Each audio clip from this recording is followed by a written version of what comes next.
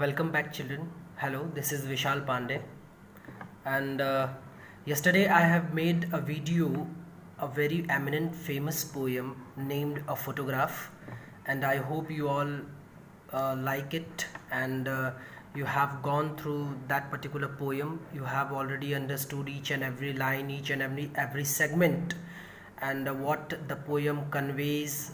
Everything would be clear to you. Now I have already told you that we are going to make a video basically especially on the literary devices. There are some literary devices used in this poem, and you should know this because literary devices are very much important in the examination as well. It comes straight away, the questions comes to your examination. So let us discuss the literary devices, their definitions and their uses as well. So let us begin.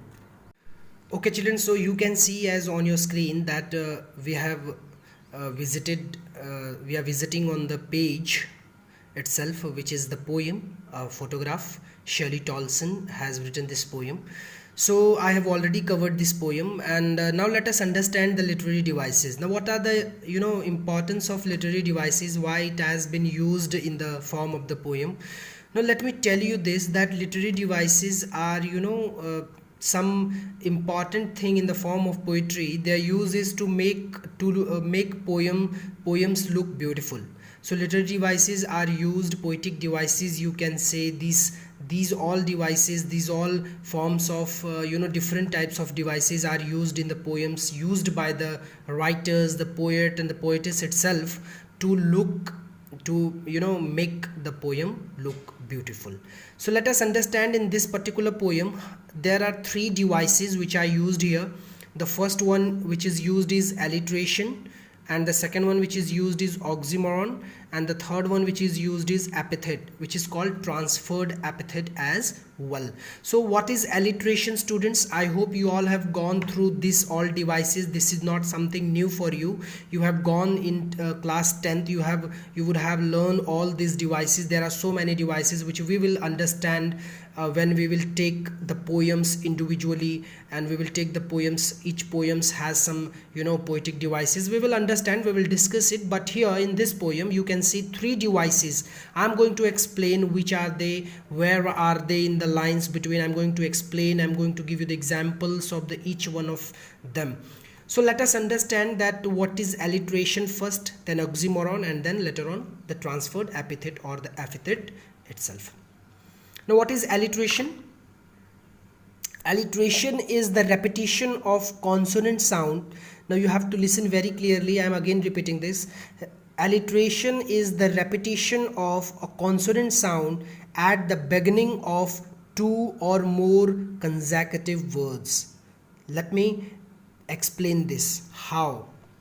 Alliteration, I am saying that alliteration are used with the beginning of same consonant sound. Means two consonant sound should be same, two or more than two. At least you should have two consonant sounds same. So we can see in the first line no consonant sounds are there, same. Second, no, there is nothing. But you can see in the fifth line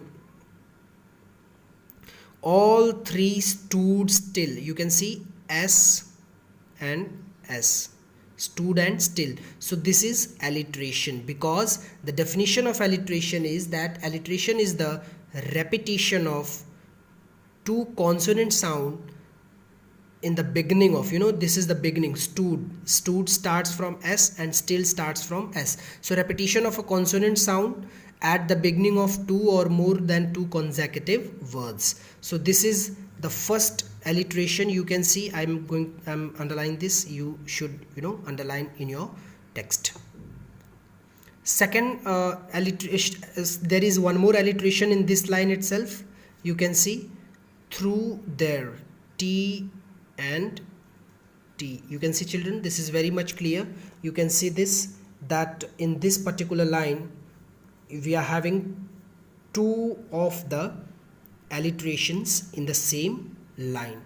Now you can see my mother's, M and M, my mother's. This is one more alliteration, alliteration number third. This one was first, and this one is second. You are having 3 alliteration in the first stanza. There is one more I can see, terribly transient. You can see terribly transient, T and T. So this one is the number 4.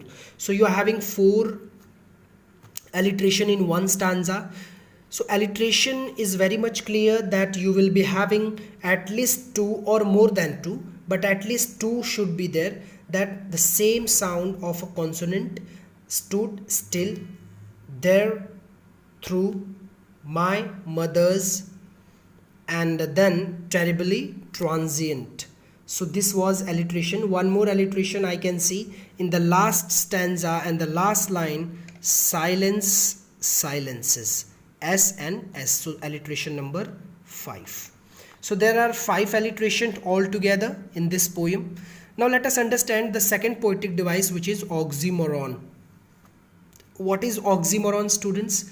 Oxymoron is a term which contradicts itself. Oxymoron is a term which contradicts, which has some contradiction, opposite in nature. 2 terms will be there, and the 2 terms will be opposite in nature. Their meaning should be opposite to one another. Now let us understand where it is. If I am saying that there is an oxymoron, there should be an oxymoron, because if you see the word which is labored ease, labored ease, it is saying that this one is labored also, which is very arduous. What is the meaning of arduous? Hard. The hard work to do, the labor used to do the hard work. And in the next word it is saying that it is easy as well. It is ease. Ease stands for easiness. So it is saying at the same time labored, and it is saying at the same time ease. So both are opposite in nature, both are having contradiction. So which poetic device is used here? Oxymoron is used here, because oxymoron is what? Oxymoron is a term which contradicts itself, which is having some contradiction between these 2. So this will be an oxymoron. What is epithet, children? Transferred epithet or epithet as well. This is a phrase expressing a quality of a person or a thing. Let me repeat it once again. Epithet is a phrase which expresses the quality of a man or a thing. Now how could you understand this? A man or a thing can be expressed by an epithet. Like I am giving you an example that a following stick. A following stick. Like a man was having a stick in his hand and he was following a snake to bit that particular snake. So stick, a following stick, it has been written. Let me tell you that stick was not following that particular snake, but the man was following. But here it is clearly mentioned that a following stick. It means the man has taken that stick in his hand and he was walking behind the snake, not that particular stick. So in this sentence, in this phrase, the epithet has been used. Means the symbol, it should be symbolized, and through symbols you have to understand that there is a quality of expression of a man or some particular thing. So epithet is there in, you can see the terribly transient, it was already alliteration as well, and in this particular phrase there is an epithet, a poetic device as well. Terribly transient means what? It shows the quality of human being. If you remember, in previous video I had explained you this, that the sea was not changed. Sea was changed less, but what was changed during the period of time was changed the terribly transient. Transient means temporary, which is going to be diminish. The human body is going to be diminished. Human body will be demolished one day. So terribly transient is the human body. So it is a symbolical line. Terribly transient feat showing a human body. So this is a transferred epithet. So 3 devices were there. You could understand this. 3 devices were there in this poem. The first one was alliteration, second one was oxymoron, third one is epithet. Now I had already shown you that how and where you could use this alliteration, and then you could use oxymoron, and then how you could understand transferred epithet. Now I hope you all would like this video. You should understand what is the poetic devices. In next videos, like the next poems to come, we are going to understand the poetic device in more detail. So make a note of this poetic devices, these 3 poetic devices. Write the definitions with examples. So take care. Bye bye.